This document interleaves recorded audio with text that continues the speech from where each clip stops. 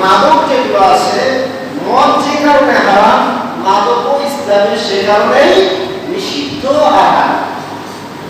এজন্য আমাদের সকলকে মদ মাদক দুটা থেকে বিরত থাকার চেষ্টা করতে হবে। আল্লাহ তাআলা আমাদের সকলকে মদ এবং মাদক থেকে বিরত থাকার তৌফিক দান করুন।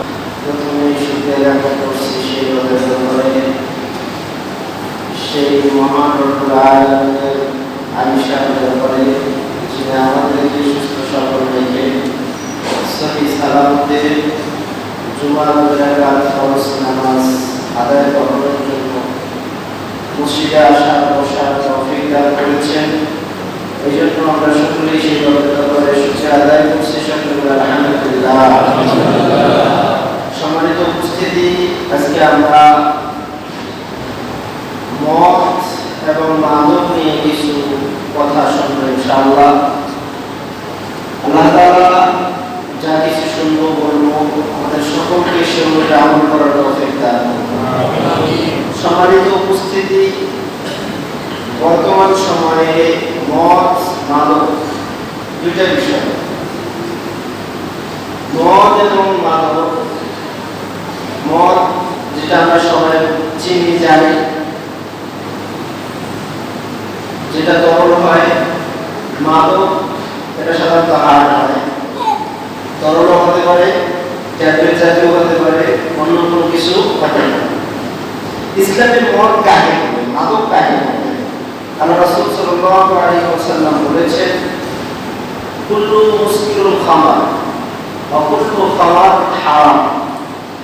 প্রত্যেক এমন জিনিস যেটা নেশা আনে, প্রত্যেক এমন জিনিস যেটা খাইলে, যেটা নিলে, যেটা শরীরে প্রবেশ করার কারণে নেশা আসে, এটাই হচ্ছে মদ। এরপর আল্লাহ রাসূল বলতেছেন, অকুল্লু খামার হারাম, এবং প্রত্যেক মদ জাতীয় প্রত্যেক জিনিস হারাম। ওদের বোঝা যাচ্ছে মাদক যেরকম হারাম, মদ যেমন হারাম, মাদকও তেমন হারাম। একই কারণ, যেহেতু মদ খাইলে নেশা আসে এবং মাদক সেবনের কারণেও নেশা আসে। ইয়াবা খাইলে কি হয়? নেশা আসে না? হেরোইন খাইলে কি হয়? নেশা আসে। সম্মানিত উপস্থিতি, আমি আপনাদের সামনে কোরআনুল কারীম থেকে তিনটি আয়াত তেলাওয়াত করেছি। আল্লাহ রাসূল সাল্লাল্লাহু আলাইহি ওয়াসাল্লামের একটি হাদিস পাঠ করেছি। আল্লাহ রাসূল সাল্লাল্লাহু আলাইহি ওয়াসাল্লাম হাদিস শরীফের মধ্যে বলতেছেন, মুদমিনুল খামারি লাকিয়াল্লাহু সুবহানাহু ওয়া তাআলা কাআবিল ওয়াসানি।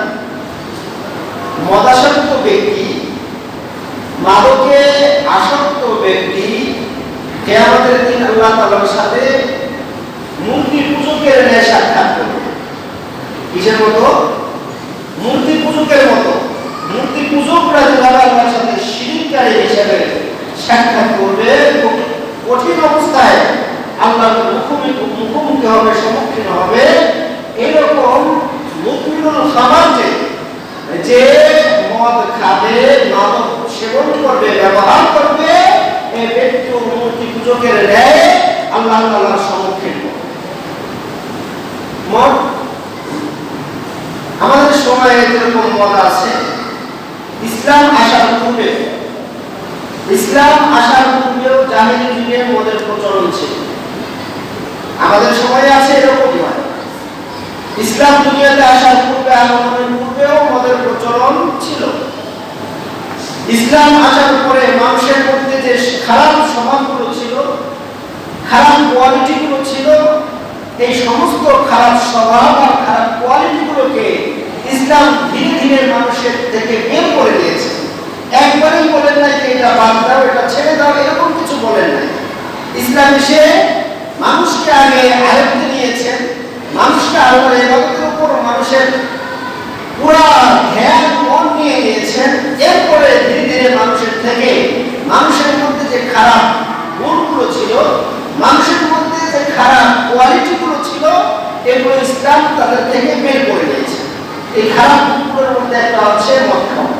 মদের একটা স্বভাব হচ্ছে যে মদ খাইলে, মাদক সেবন করলে মানুষের হৃদয়ের জ্ঞান ঠিক থাকে না।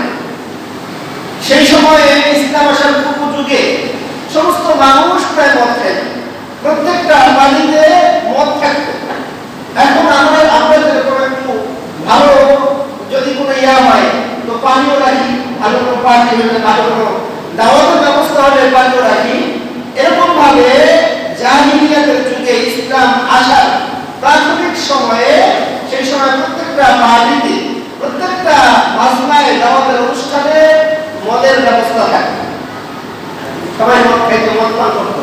কিন্তু সেই সময়ও কিছু মানুষ ছিল, ওই সময়ও কিছু এমন মানুষ ছিল যারা মদে হাত লাগাইত না। মদ তাদের সামনে ছিল কিন্তু তারপরে মদ খেত না। এমন একজন মানুষ হচ্ছেন আমাদের নবী সাল্লাল্লাহু আলাইহি ওয়াসাল্লাম, যিনি জীবনে কখনো নবী হওয়ার পূর্বে, নবী হওয়ার পরে তো দূরের কথা, নবী হওয়ার পূর্বেও জীবনে কখনো মদে হাত দেন নাই, মদ স্পর্শ করেন নাই। এমনি ভাবে আল্লাহ রাসূল সাল্লাল্লাহু আলাইহি ওয়াসাল্লামের সাহাবী হযরত আবু বকর রাদিয়াল্লাহু তাআলা আনহু, তাকে জিজ্ঞাসা করা হয়েছিল যে আবু বকর, আপনি কি কখনো মদ খেয়েছেন? আবু বকর রাদিয়াল্লাহু তাআলা আনহু বলেছেন যে না, আমি জীবনে কখনো মদ খাই নাই। তাকে জিজ্ঞাসা করা হয়েছিল আপনি মদ খান নাই কেন? আবু বকর রাদিয়াল্লাহু তাআলা আনহু বলেছিলেন যে মদ মাদকের কারণে মানুষের হৃদয়ে জ্ঞান ঠিক থাকে না। যে ব্যক্তি মদ মাদক সেবন করলো সেজন্য নিজের ইজ্জত আর আবরুকে অন্যের হাতে দিয়ে দিল। কারণ হচ্ছে সে মদ খাওয়ার পর কি বলবে, কার সাথে কি আচরণ করবে, কোনো কিছু কি থাকবে না, ঠিক থাকবে।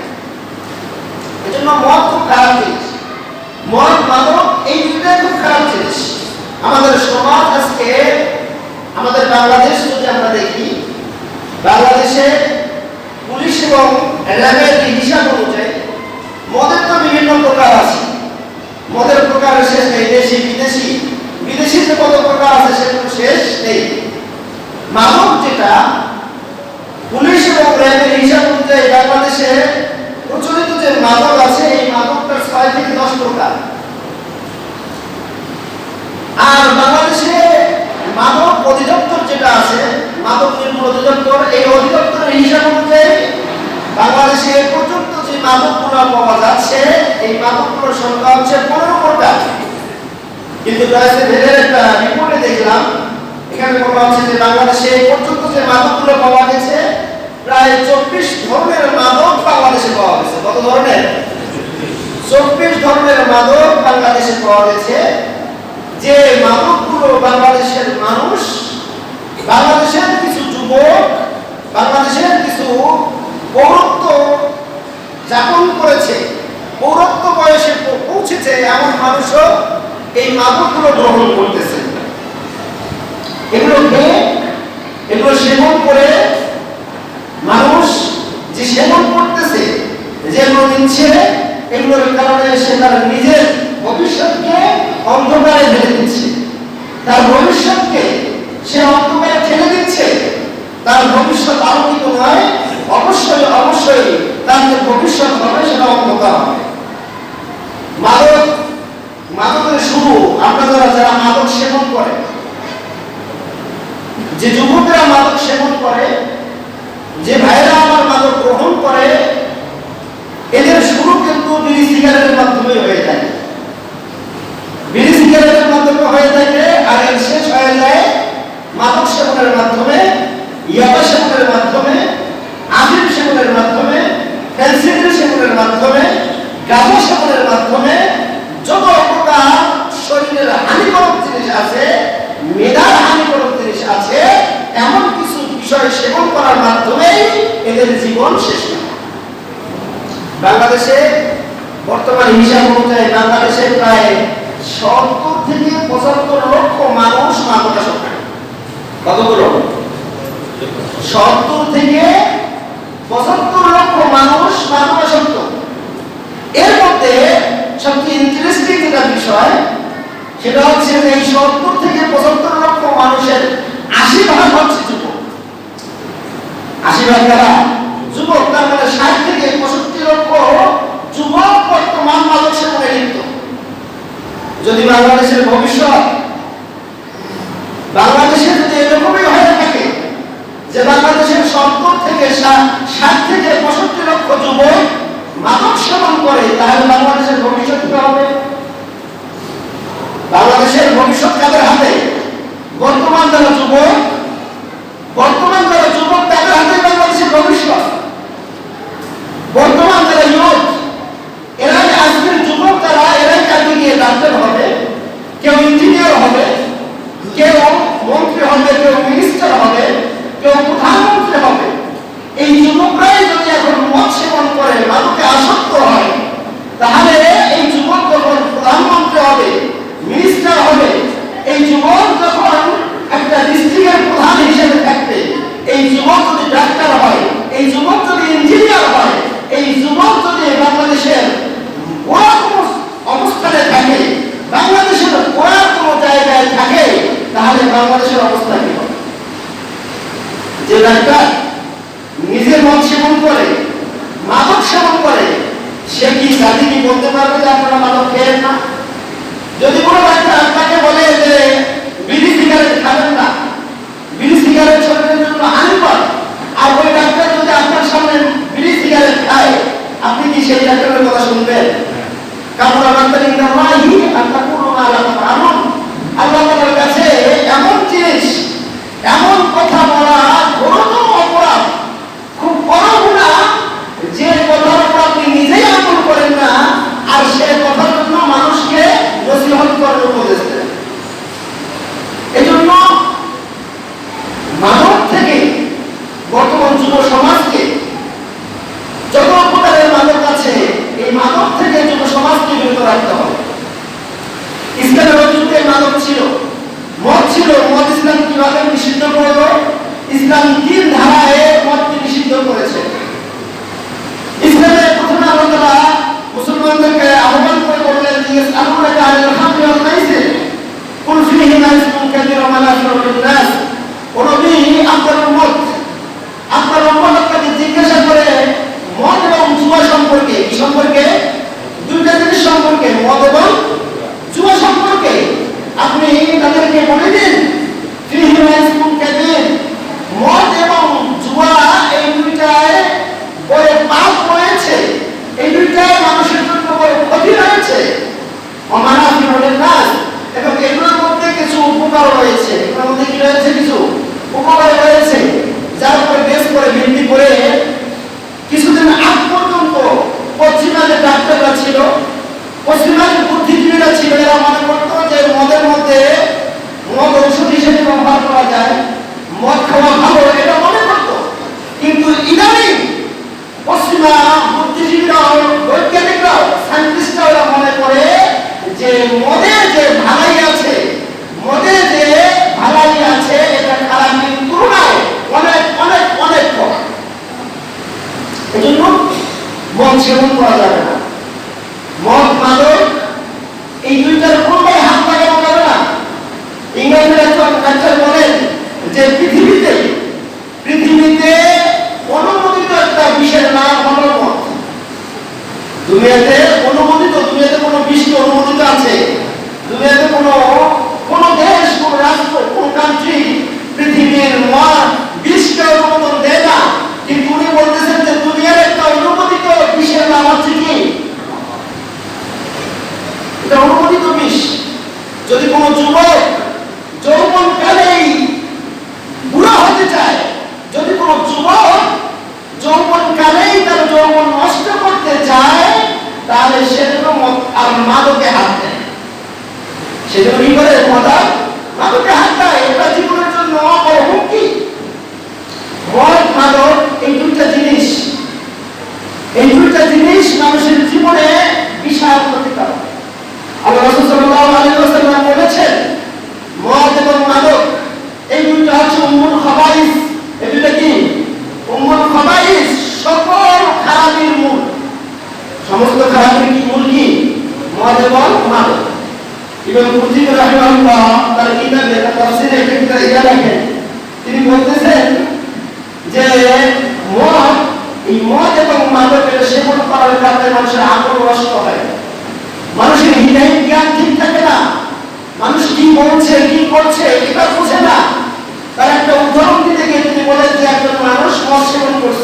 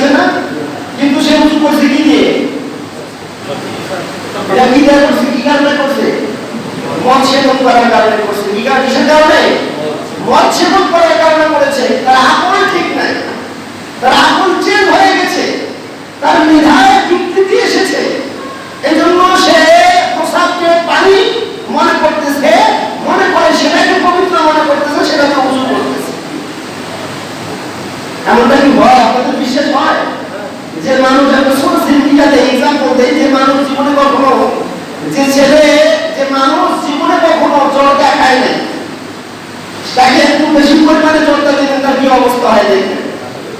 এমনি ভাবে মদ মাদক বেশি খাইলে মানুষের জ্ঞান ঠিক থাকে না। এর একটা উদাহরণ আমরা সাল্লাল্লাহু আলাইহি সাল্লাম হাদিসের মধ্যে বলেছেন, আল্লাহ রাসূল বলতেছেন যে বনি ইসরাইলের মধ্যে একজন মহিলা ছিল, বনি ইসরাইলের মধ্যে একজন আল্লাহওয়ালা মানুষ ছিল, খুব ভালো মানুষ ছিল। মদ এবং মাদক যে উম্মুল খাবাইস, সমস্ত খারাপের মূল, তার একটা হাদিসের উদাহরণ আল্লাহ রাসূল বলতেছেন যে বনি ইসরাইলের একজন ভালো ব্যক্তি ছিল, সে কখনো খারাপ কাজ করে নাই, পাপের কাজ করে নাই। একদিন তাকে এক মহিলা তার বাসায় দাওয়াত দিল। দাওয়াত দেওয়ার পর তাকে বলল যে আপনাকে তিনটে জিনিসের একটা করতে হবে, তিনটে জিনিসের যে কোনো একটা করতে হবে, তাহলে আমি আপনাকে ছেড়ে দিব, নয়তো আমি আপনাকে বাড়ি থেকে বের হতে দিব না, আপনাকে বাড়ির মধ্যে রেখে দেব। কি কি তিন জিনিস করতে হবে? ওই মহিলা তাকে প্রস্তাব করতেছে যে হয়তো আপনি আমার সাথে ব্যভিচার করবেন, আমার সাথে আপনি খারাপ কাজে লিপ্ত হবেন। এবারে ইসরায়েলের এই ব্যক্তি বলতেছে জীবনে কখনো এমন কাজ করে নাই, কোন নারীর মুখও দেখি নাই, কোন পরনারীর চেহারার দিকে তাকাই নাই, আজকে এই নারীর সাথে খারাপ কাজ করতে বলতেছে, এটা কত খারাপ কাজ, কত জঘন্য। উনি বলতেছেন যে না, আমি কি করতে পারবো না, ব্যভিচার করতে পারবো না। নারী তাকে দ্বিতীয় অপশন দিচ্ছে, তাকে বলতেছে ঠিক আছে আপনি ব্যভিচার করতে পারবেন না, দ্বিতীয় অপশন হচ্ছে তাহলে আপনি এই যে আমার একটা ছোট বাচ্চা আছে, এই ছোট বাচ্চাকে মেরে ফেলেন, তাকে কি করেন, হত্যা করেন, হত্যা করতে হবে। এবার ওই ব্যক্তি বলতেছেন যে ছোট বাচ্চা, নিষ্পাপ শিশু, তাকে হত্যা করা কত বড় পাপ হবে। তিনি বললেন না, এটা আমি পারবো না।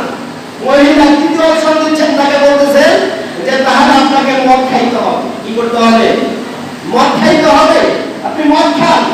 এইভাবে ব্যক্তি চিন্তা করতেছে মহিলার সাথে ব্যভিচার করা এটা তো অনেক বড় পাপ, একজন নিষ্পাপ শিশুকে হত্যা করা এটাও বিশাল বড় পাপ, এটাও কম বড় পাপ নয়। আর একটু মদ খাওয়া এটা তুলনামূলক একটু কম, ওই দুটার থেকে তুলনামূলক একটু কি কম। উনি ভাবলেন এটা যে তিনটার মধ্যে মদ খাওয়ার অপশনটাই কি একটু শ্রেয়, একটু ভালো। তিনি বললেন ঠিক আছে আমি প্রথমটাও নিলাম না, দ্বিতীয়টাও নিলাম না, আমি তৃতীয় অপশনটা গ্রহণ করলাম। আমি মদ খাবো, শিশু হত্যা করে নিতে হবো না, আর ব্যভিচারও করবো না, করবো না। মহিলা বলতে ঠিক আছে মদ খাও। মহিলা গ্লাসের মধ্যে অল্পটুকু মদ তাকে দিয়েছেন। এই অল্পটুকু মদ তিনি খেয়েছেন, খাওয়ার পরে একটু মজা পাইছেন। কি পাইছেন? মজা পাইছেন। তিনি বলছেন যে আর একটু দাও। মহিলা আর একটু দিচ্ছে, আর একটু বেশি করে খাইছেন। এভাবে খাইতে খাইতে তার হিতাহীন জ্ঞান শেষ হয়ে গেছে। এখন সে পুরা মাতাল হয়ে গেছে। পুরা মাতাল হওয়ার পরে মহিলার সাথে অপকর্মে লিপ্ত হয়েছে। মহিলার সাথে অপকর্ম করার পরে এই যে ছোট টুকটুকে বাচ্চাটা ছিল, নিষ্পাপ সন্তানটা ছিল, এই সন্তানটাকেও সেখানে এই লোক হত্যা করে ফেলেছে। তারপরে কয়টা অপরাধ হয়েছে? কয়টা অপরাধ হয়েছে বলেন? তিনটা অপরাধ তার হয়ে গেছে। সে মদ খাইল, মদ খাওয়ার পরে ব্যভিচারে লিপ্ত হইল, ব্যভিচার করার পরে আবার যে ছোট শিশুকে মদ খাওয়ার আগেই মেরে ফেলতে সে অকৃতজ্ঞতা, সে অস্বীকার করেছিল, সেই শিশুকে হত্যা করল। এই দুইটা পাপ করার পিছনে মূল কারণ কি বলেন? মাদক সেবন করা। এই জন্য হাদিসের মধ্যে আল্লাহ রাসূল বলেছেন যে মাদক সেবন, মদ গ্রহণ এবং খাবাইস, সমস্ত খারাপের মূল হচ্ছে মদ সেবন। এজন্য মদ থেকে দ্রুত থাকতে হবে, মাদক থেকেও দ্রুত থাকতে হবে। যে জিনিস মানুষকে মদের পিছনে নিয়ে যায়, যে জিনিস মানুষকে মাদকের পিছনে নিয়ে যায়, এই সমস্ত জিনিস থেকে ইয়ংদেরকে, যুবক ভাইদেরকে, পাশাপাশি যারা গার্ডিয়ান আছেন তাদেরকে, সন্তান কোথায় যায়, কাদের সাথে মিশে, কাদের সাথে কথা বলে, গার্জিয়ানদের উচিত এটা খেয়াল করা যে আমার সন্তান কাদের সাথে মিশতেছে। আল্লাহ রাসূল সাল্লাল্লাহু আলাইহি ওয়াসাল্লাম বলেছেন যে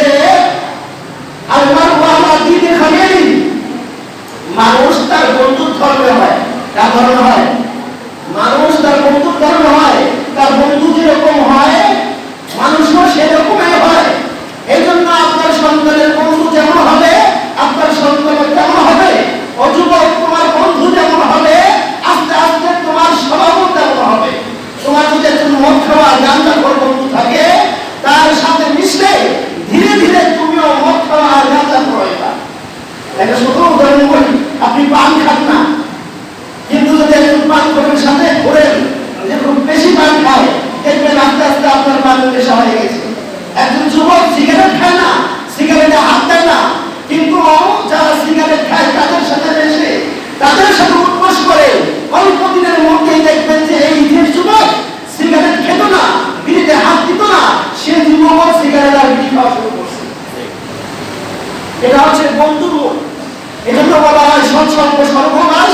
আর অসৎ সঙ্গ সর্বনাশ। ভালো সঙ্গ যদি পান ভালো হবে, আর খারাপ সঙ্গ যদি মেশেন তাহলে খারাপ হবে। আপনি যদি কামার আর কুমারের কাছে বসেন তাহলে কামারের ধুলাবালু আপনার গায়ে পড়বে। এই জন্য বলা হয়, শেখানি রহমতুল্লাহ আলাইহি বলছিলেন যে যারা হাফারের কাছে বসবে, যারা লোহার কাজ করে, ওখানে যদি আসে আপনি বসে থাকেন তাহলে হাফারের ছাই আপনার গায়ে পড়বে, আপনার সাদা কাপড় নষ্ট হবে। আর আপনি যদি আতরের দোকানে বসেন, আতর যদি ব্যবহার নাও করেন, তারপরও আতরের একটা সুগন্ধ আপনার মধ্যে আসবে, আপনার মধ্যে মিশবে কিনা? এই জন্য মদখোরের সাথে যদি আপনি মেশেন, আপনার ছেলে মেশে, আপনার ছেলে অল্পদিনের মধ্যে গাঁজা সেবন করবে, ইয়াবা সেবন করবে, হিরোইন আর ফেন্সিডিল খাবে। আর আপনার ছেলে যদি ভালো মানুষের সাথে মেশে, ভালো যুবকদের সাথে মেশে, ভদ্র মানুষের সংস্পর্শ থাকে, তাহলে সেও ধীরে ধীরে ভালো হবে, ভদ্র হবে, ভালো মানুষের রূপান্তরিত হবে। এই জন্য সৎসঙ্গ দরকার। কি দরকার? সৎসঙ্গ দরকার। যারা মদ খায়, মদের কুফল আরেকটা শোনেন, মদের কুফল আল্লাহ রাসূল সাল্লাল্লাহু আলাইহি ওয়াসাল্লাম বলেছেন, যারা মদ খায়, মদ খাওয়া অবস্থায় যদি ইন্তেকাল করে, নেশাগ্রস্ত অবস্থায় যদি ইন্তেকাল করে, তাহলে সেই ব্যক্তি বেঈমান হয়ে ইন্তেকাল করে। বেঈমান হয়ে ইন্তেকাল করে। আল্লাহ রাসূলের কথা, তার কথা, আল্লাহ রাসূলের কথা, যে ব্যক্তি মদ সেবন করে মাদকাসক্ত অবস্থায় ইন্তেকাল করবে, সে ব্যক্তি বেঈমান হয়ে ইন্তেকাল করবে। আল্লাহ রাসূলের হাদিসে এসেছে, তিন ধরনের ব্যক্তি জান্নাতে যাবে না। কয় ধরনের ব্যক্তি? তিন ধরনের ব্যক্তি জান্নাতে যাবে না। তার মধ্যে এক ধরনের ব্যক্তি হলো যে মদ সেবন করে, যে মাদকে হাত দেয়, এমন ব্যক্তিও জান্নাতে যাবে। এমন ব্যক্তিও জান্নাতে যাবে না। মদ আর মাদকে হাত দেওয়ার কি ক্ষতি, শারীরিক কি অবস্থা হবে আমাদের থেকে, যদি ডাক্তাররা বলে তাহলে ভালো হবে। ডাক্তাররা বলেন যে যারা মদ সেবন করে, মাদকে হাত দেয়, প্রথম যে বড় ক্ষতিটা হয়, এতে যৌবন নষ্ট হয়ে যায়। কি নষ্ট হয়ে যায়? এতে যৌবন নষ্ট হয়ে যায়। যে যুবক অবস্থায় যৌবনকালে মদ সেবন করবে, তার যৌবন নষ্ট হয়ে যাবে, তার বাচ্চা জন্মদানের ক্ষমতা কমে যাবে। যদিও বাচ্চা তার থেকে হয়, তাহলে সেই বাচ্চাটা বিকলাঙ্গ হওয়ার সম্ভাবনা অনেক বেশি থাকে, অনেক বেশি থাকে। যারা মদ পান করে তাদের এইডসের মতো মহামারী হওয়ার অনেক বেশি আশঙ্কা থাকে। যারা মাদক সেবন করে তাদের মূলত বিচার বিবেক থাকে না, বুদ্ধি থাকে না। এই যুবকেরা, এই মানুষেরা সাধারণত রাগান্বিত হয়, বেশি রাগ হয়, কথায় কথায় রাগ হয়, সহনীয়তা ধৈর্য এদের মধ্যে থাকে না। এই জন্য মদ মাদক যে জিনিসগুলো আছে, এই জিনিসগুলো থেকে আমাদেরকে বিরত রাখতে থাকতে হবে। আল্লাহ তাআলা আমাদের সকলকে মদ এবং মাদক থেকে বিরত রাখার তৌফিক দান করুন। ইমাম গাযালী রাহিমাহুল্লাহ, নাম শুনছেন আপনারা? ইমাম গাযালী রাহমাতুল্লাহি আলাইহি বলেন যে দুনিয়াতে তিন শ্রেণীর সৃষ্টিজীব আছে। কয় শ্রেণী? তিন শ্রেণীর সৃষ্টিজীব আছে। এক শ্রেণীর সৃষ্টিজীব হচ্ছে যাদের আকল আছে, জ্ঞান আছে, বিবেক আছে এবং কামনা বাসনা আছে। প্রথম শ্রেণীর সৃষ্টিজীব যাদের আকল আছে, জ্ঞান আছে এবং কামনা বাসনা আছে, এরা হচ্ছে ফেরেশতা। এরা হচ্ছে কি? কামনা বাসনা নাই, আকল আছে, বিবেক আছে, কিন্তু কি নাই? কামনা বাসনা নাই। এরা হচ্ছে কি? ফেরেশতা। আরেক শ্রেণীর সৃষ্টিজীব হলো যাদের আকল আছে, কামনা বাসনা আছে, আকল আছে, কামনা বাসনা দুটো আছে। এরা হচ্ছে আকল নাই, বললাম। দ্বিতীয় শ্রেণীর সৃষ্টিজীব হচ্ছে যাদের আকল নাই, বিবেক নাই, কিন্তু কি আছে? কামনা বাসনা আছে, এরা হচ্ছে গরু ছাগল। আর তৃতীয় শ্রেণীর একটি সৃষ্টিজীব হলো যাদের আকল আছে, কামনা বাসনা আছে, এরা হচ্ছে মানুষ। এরা কি? মানুষ। এই মানুষ যদি কামনা বাসনাকে ঠিক রাখতে পারে, কামনা বাসনাকে তার নিজের আয়ত্তে রাখতে পারে, আল্লাহর বিধান অনুযায়ী চলতে পারে, তাহলে সেই মানুষ ফেরেশতার থেকে উত্তম। আর যদি মানুষ কামনা বাসনাকে ঠিক রাখতে না পারে, এই কামনা বাসনাকে যথেচ্ছা ব্যবহার করতে চায়, তাহলে এই মানুষ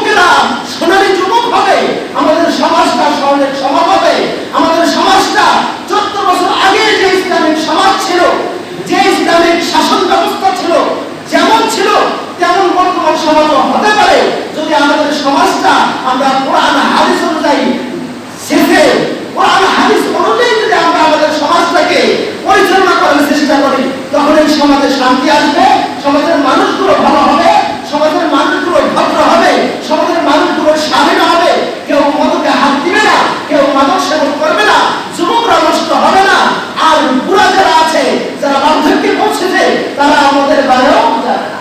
মদের বার যদি না থাকে, তাহলে মদ খাইতে সেখানে কেউ আসবে না।